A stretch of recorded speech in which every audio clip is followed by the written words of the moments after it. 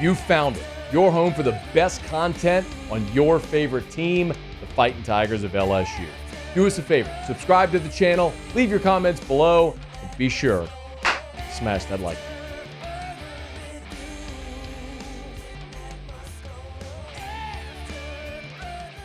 This is such a wild day as we sit here on this Tuesday, December the 3rd, one day before the early signing period and amid the transfer portal tracker, right?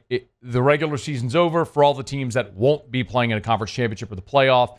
Their players are making portal announcements right now. So today was this whirlwind day where in a matter of a couple of hours, you had a handful of LSU players announce they're going into the portal, and you had a bombshell that many in these parts were not expecting, and that was the word that Kade Phillips, the five-star cornerback who'd been committed to LSU, flipped to Texas. So if you're not familiar, a little bit of the backstory, Phillips from the Houston area had been committed to Texas. LSU recruited him very hard as a corner, whereas Texas initially recruiting him as a safety. He flips to LSU. He's been committed all along.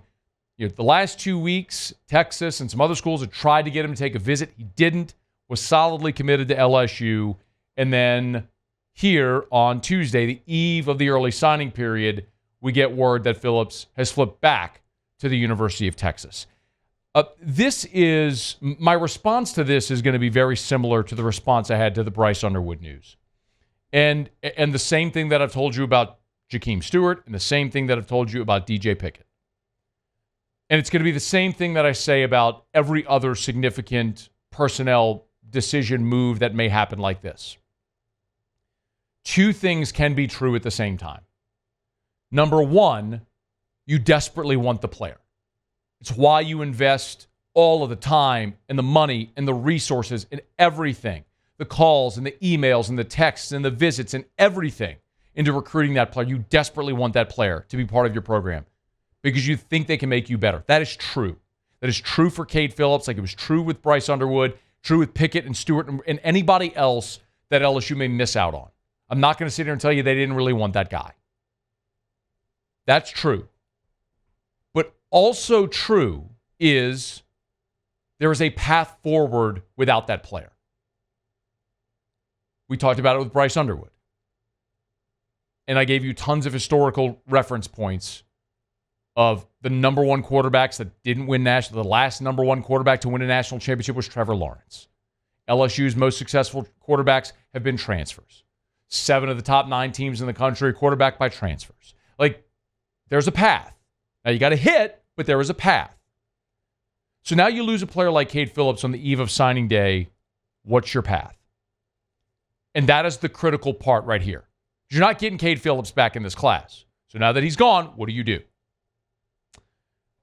I'll tell you the numbers. I don't mind sharing this with you. It's not something that I would divulge during the recruitment because I trust my sources, my information. I wouldn't want to put something out that would put LSU at a competitive disadvantage. When you're in NIL negotiations, obviously holding your cards close to the vest matters. I told y'all the numbers with Bryce Underwood, and I was right.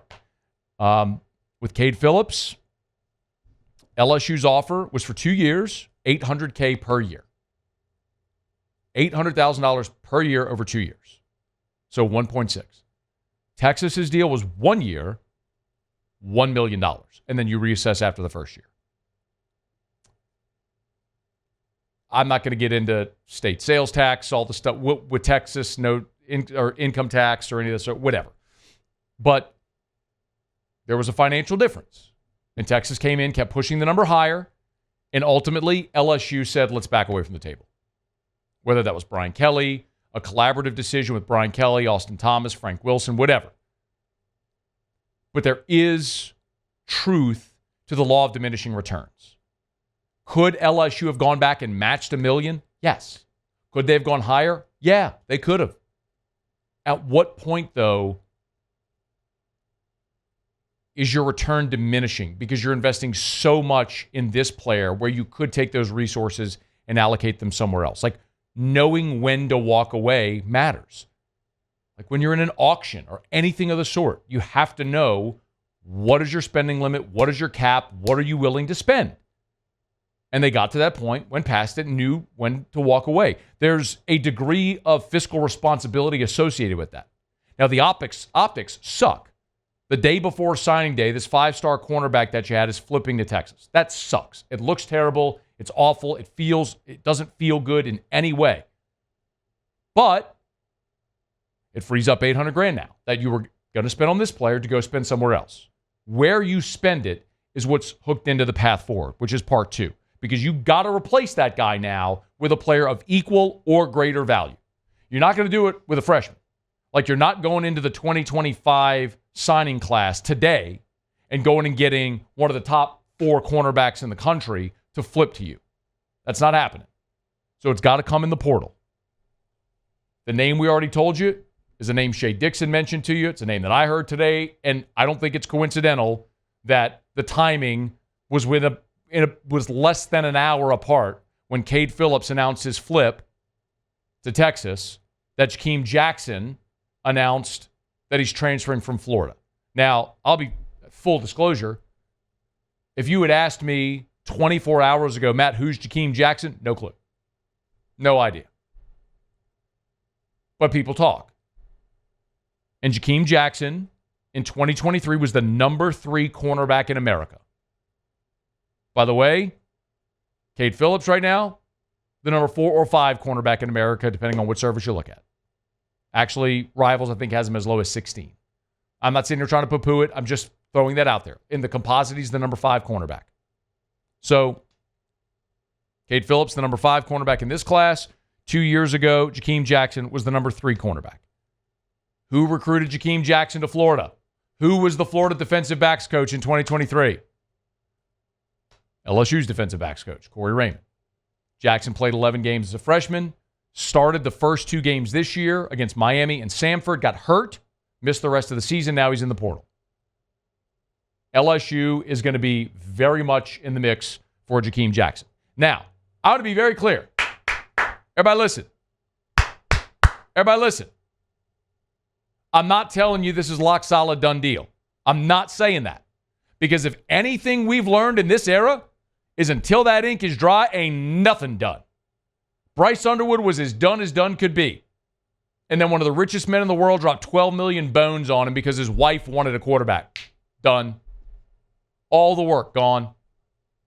You just saw what happened with Kade Phillips. So I'm not telling you this is done. I'm just telling you they're going to be in the mix for this guy. If I told you today, hey, you're not going to get Kade Phillips, who's the number 5 cornerback in this year's class, but you're going to get a guy going into his 3rd year of college, was recruited by Corey Raymond to Florida, been with the Gators for 2 years. He was the number 3 cornerback in the country in his class. You're going to bring him in. It's going to cost you less. You good with that? Okay.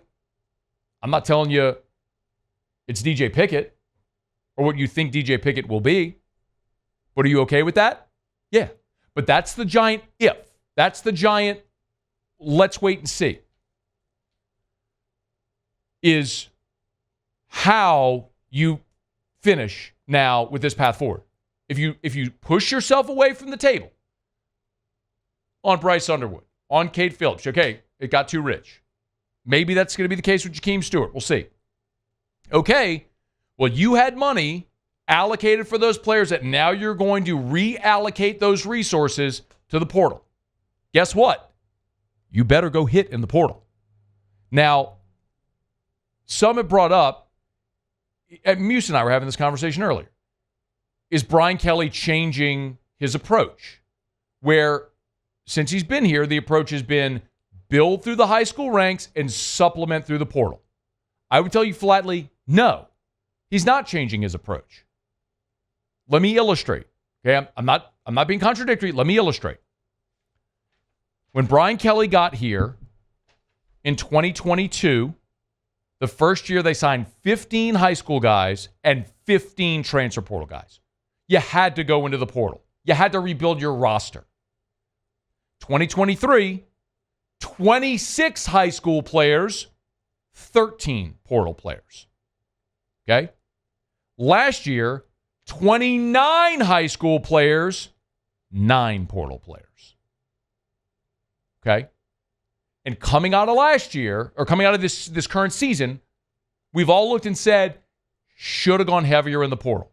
And not necessarily in numbers, not necessarily in quantity, but in quality. For example, you went and got Gio Paez. What if you got Walter Nolan? You went and got Jordan Gilbert. What if you gotten Caleb Downs? You went and got C.J. Daniels. What if you gotten Isaiah Bond? I'm not saying you're going to take more portal guys. What I'm saying is go get in the mix for the best portal guys. That's the difference. That's what they didn't do a year ago. They got transfers. They didn't get enough impact transfers. And that's the pivot this year. They're not going to sign 15 or 20 portal guys. But can you sign 10 impact guys? And I don't see that as a pivot in strategy. I see that as a growing sample size in the portal NIL 12-team playoff era to say, okay, as we continue, like year one, it was boom, heavy transfer, low high school. And you've continued to do this to flip it in the years since. Well, how do you fill the gap and where do you need to adjust? It's just balancing the scale based on what you see on the field. It's very clear. All right. You wanted Kade Phillips. You didn't get him. You got to get a corner. Go get an impact corner in the transfer, not just in the portal, not just a body. Look, I get it. On a day like today when news is flying and you see 5 players go into the portal, former 5-star Deshaun Womack, C.J. Daniels, who Brian Kelly said a week ago was coming back. You see all of this news flying, and Kade Phillips decommits, and then people are on Twitter and social media, and everyone at work is all pissed off, and Brian Kelly sucks, and everyone's melting. Sometimes you got to take a step back while that tornado, that news cycle tornado is spinning, and realize if you're in the middle of that, it's going to drive you crazy. Step back, let the dust settle, and see where you are. By the way, I'm not sunshine pumping today. To be very clear, quite literally yesterday on the show, before all this news, when everybody was feeling real good, you blew out Oklahoma. You got all these guys coming back. You're about to sign a big class. Everybody's feeling good yesterday. I said this yesterday on the show. Whenever this portal window closes and we have a much better sense of what LSU's 2025 roster is going to look like, then I'll be able to tell you. Ask me in a month. Said it yesterday. Ask me in a month. Losing Kade Phillips sucks. What if you get a top-tier corner out of the portal? We good with that? I would be. If you don't sign Jakeem Stewart, that would suck. What if you get an impact defensive tackle transfer out of the portal? You good with that? I would be. What if you land DJ Pickett on signing day? You good with that? We all should be. Ricky Collins is in the portal. You got to get a quarterback. Who's it going to be? Maybe the kid that was just committed to North Carolina who decommitted after Mac Brown's firing. What if you get him? You good with that? I would be. Again, it's hard. Like, take your phone, put it down, get off of Twitter. It's hard to do. I love Twitter. Get off of Twitter. Let this month play out. And then we'll react. And if in a month, we look back and go, you lost Kade Phillips and you didn't address it in the portal. If in a month we go, man, Jakeem Stewart went to Southern Cal and you didn't go get an impact transfer on the defensive line. If in a month we look and go, man, Ricky Collins transferred and you didn't go add a quarterback. If in a month you haven't done the things you said you're going to do, which is allocate resources to be, as Brian Kelly's word, aggressive in the portal, if in a month you haven't done those things, okay. You got issues. And I'll be the first to stand in line and call them out. But just like when you melt after the Southern Cal loss, you didn't allow room for the 6-game win streak. And just when you had a 6-game win streak and they were going to the playoffs, the 3-game losing streak, you melted. And after the 3-game losing streak and Brian Kelly should be fired, then they go win 2 games. Again, I'm not pumping sunshine today. I'm not telling you all's great. And I understand you got real issues moving forward because you have to legitimately answer the question, is it worth investing the resources into Bryce Underwood and DJ Pickett and Jakeem Stewart and Kade Phillips if in the 11th hour, one of the richest programs is just going to come dump a bag on the kid and take him away? I mean, I don't have to answer that question, but Brian Kelly and Austin Thomas and Frank Wilson, they do. I'm not pumping sunshine. I'm just saying I'm not going to react to this today because signing day is coming, the portal's coming, and when those things are done, we'll have a much better sense of what the 2025 roster looks like, and when we do, then I'll react. So I'll tell you today the same thing I told you yesterday and the same thing I'm going to tell you tomorrow. Ask me in a month. Hey, thanks so much for watching. Please leave your comments. I love to interact, and be sure to hit the red subscribe button below.